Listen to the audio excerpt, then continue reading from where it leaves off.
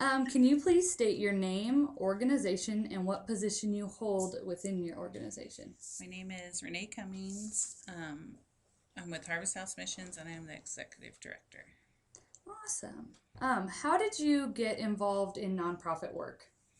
So, about 22 years ago, I got divorced and my daughter started Head Start, a program I didn't really know anything about at the time. And I ended up getting a job there, worked at Head Start for 16 years, which is a nonprofit. And then during my time there, I really noticed that I'd been there long enough that I could start seeing the children of some of the people that I had in class continue to be low income, continue to have the same kinds of issues, and so I was talking to another person who worked there, and we talked about maybe figuring out how we could go a little bit deeper than Head Start went into helping families, and part of that for us we believed is their spiritual life along with their physical needs Absolutely. and emotional needs. What does Harvest House do? So Harvest House works with people who are at risk, especially the homeless and youth. So we have programs around homelessness and hunger. Oh, that's awesome.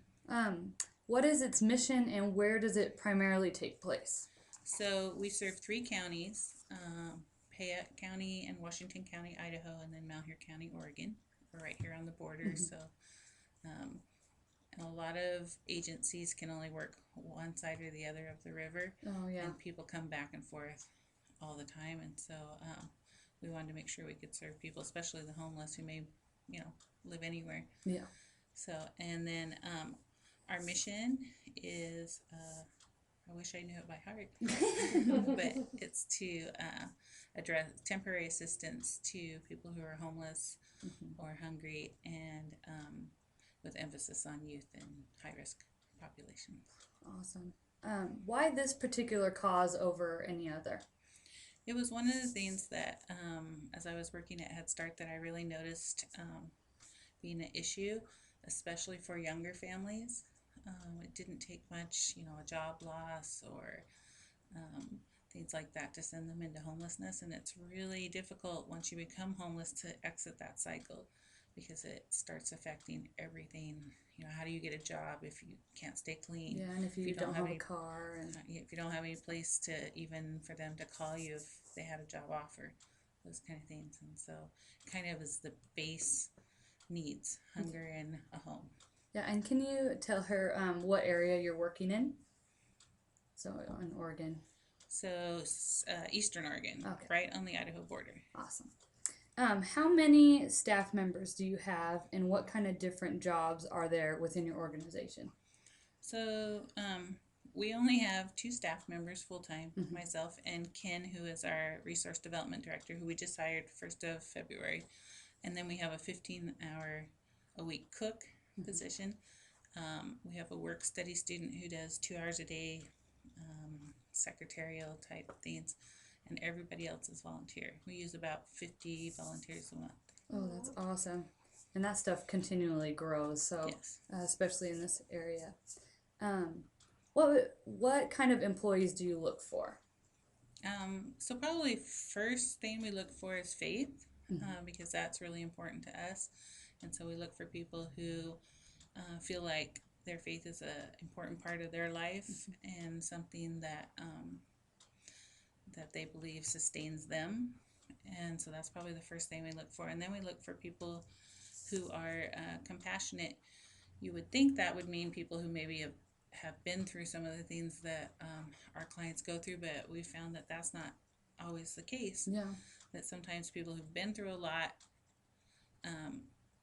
say, well, that I did it. I got myself out of there. Why can't these people? And sometimes people who've had no experience with those things somehow are able to bridge that and understand what people are going through, feel empathy for them. And so it just kind of depends on your heart, I guess. Yeah, I actually got to do some work at the URM in Los Angeles, doing the same kind of ministry, and I loved it. And I've never experienced anything like that before. Right. And I think it just different people are called. Yes. Because I've never met anybody or had any experiences with it before until then, and it just got my heart.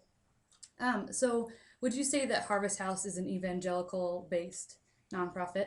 Is that a part of your mission, or is that just what has come with it? Or I think it's part of it, but we don't do a ton of talking about our faith. Mhm. We do it more through just loving people, Yeah, acting out our faith. We don't have any church services. Some rescue mission type places, you have to go to a service before you can get any of the things offered, a meal or yeah, anything. We don't do that. Sometimes we do some things that are like we might have somebody come to the meal site and sing or hmm, something, but those are all kinds of things that are just peripheral to the actual service. yeah, We just try to live out what we believe and love people where they are. yeah. Just let it rub off. Yes. Hey, that works for me. What is the fundraising process like here? We're terrible Is fundraisers. We're really, really bad fundraisers. Um, we've done all sorts of things as far as fundraising, and we're never really successful with that. Mhm. Um, most of our funds just come from people hearing somebody talk about Harvest House Oh, okay. missions or coming in themselves because their family wanted to, do something together, and then they end up becoming givers. We do have some government funds. Our runaway and homeless youth funds Yeah. um, help out a lot. Those are government funds, and they help out a lot with the overhead of having, the facility and everything. But we're not really good at fundraising. If I had to say the hardest part of nonprofit, it would probably be fundraising, especially where our economy lies right now. People are holding on to their money as tight as they Mm-hmm. can. Um, how much of the funds are grants versus your own fundraising efforts? So we're probably, and when you say grants, government grants probably are about half. Yeah. And then we have some local grants, like community grants, things that probably create another quarter. So it's probably about a quarter public as far as funds, just Okay. donations. Mm-hmm. But if you were to add in work, like the volunteers and what the people donate in that way, it would be closer to half. I mean, Oh, we couldn't wow. operate without the volunteers and Mm-hmm. just donations of food, donations of clothing, and things we need, down to the toilet paper. Yeah. In my opinion, volunteerism is at its highest too. Yeah. So that's been really cool to see that my generation is one that loves nonprofit and Yeah. loves that. And I think that that's part of what has gotten me involved in it and getting a degree in it. So Yes. that's been pretty cool. A degree like that didn't even exist, 30, Yeah, 40 years ago. which is crazy. Yeah. Even now, like they didn't recommend it at U of I. It was very hush hush because it wasn't very established yet. And even in the last 3 years, I've seen it grow, and it's an amazing program. So it's been really cool to see that. Has the poor economy hindered your fundraising? I don't think it's made a huge difference. Now, the government funding definitely, Yeah. our youth funding has probably been cut more than half since it Oh, began in jeez. 2008. But public fundraising, I don't think it's made a huge difference. I think in some ways, maybe people are more empathetic, knowing how close they even are Yeah, um, absolutely. to, a paycheck away kind of thing. And so understanding how people became homeless in this economy, lose a job, divorce, things like that can Yeah. throw people into homelessness when the economy is bad. Well, and when I was in LA before, when we were preparing to go and do that homeless ministry, they said, now you're going to be working with people who have been homeless for a long time, but you're also going to be working with people who were you, and it just happened. So, Yes. um, it's an interesting ministry that way, especially where we're at as a nation economically. Yeah. Definitely true here. Oh Same yeah, thing. especially in this area. What are different ways you get the word out? So we speak at churches. That's a big way. We also attend a lot of agency meetings. We have a lot of government and other nonprofit partners. Mhm. From the very beginning, this community is accepted